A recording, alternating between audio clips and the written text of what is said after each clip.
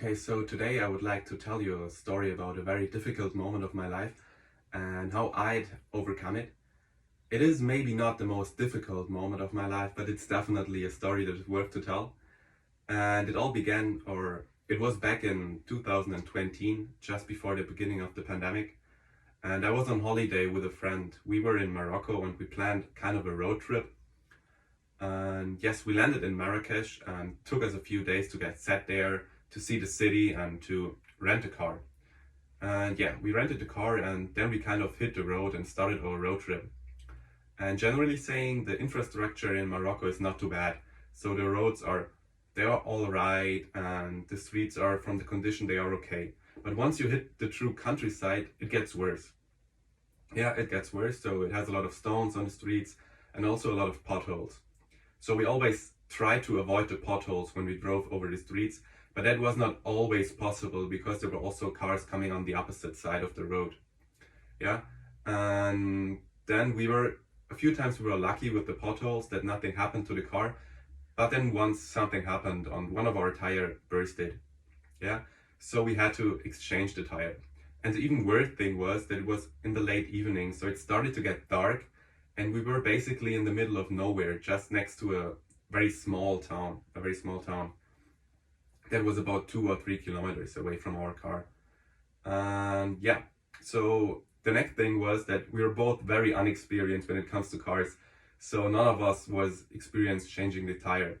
I mean, I did it a few times with my dad, but still wouldn't say that I'm confident changing a tire. And first thing we did then is that even look if we even have a spare tire. And luckily we had one. And also the tools to replace it, even though they look very cheap and very low quality. Yeah. And so we started up lifting the car and removing the screws and the tire, and everything worked. But then, once we wanted to put on the spare tire, it happened.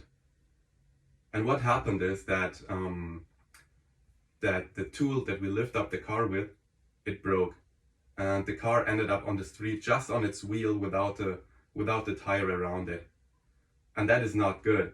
And me and my friend, we just looked at each other and realized, okay, we have a big problem now. And we even thought that the car is broken. So what we did then is, we waited until somebody drives past us. So for 10-15 minutes then nothing happened, nobody came. So we decided, okay, one of us has to go back into the town and ask for help. So I walked there. And then after 10-15 minutes of walking, my friend called me and says that somebody stopped by at our car. And I was so happy at this moment and just ran back to the car. And there was a young man and his father staying there waiting for me. And the communication with them was really bad because they couldn't speak a single word in English and my French was bad. And yes, but as soon as they saw the tire and our car on its wheel on the ground, they knew right away what to do. And luckily, they were more experienced than us and they even had the tools to do it. And so they ended up helping us and replaced the tire. And we were so thankful and they were so helpful and we didn't know how to thank them. So we offered them some money, but they refused it. And that really showed me that there's still a lot of people in the world that are willing to help you in exchange for nothing. That really made me happy. And so end of the story is they could help us replace the tire. The car was all right. We reached our accommodation in the middle of the night and we could even give the car back a few days later and only had to pay for the broken tire.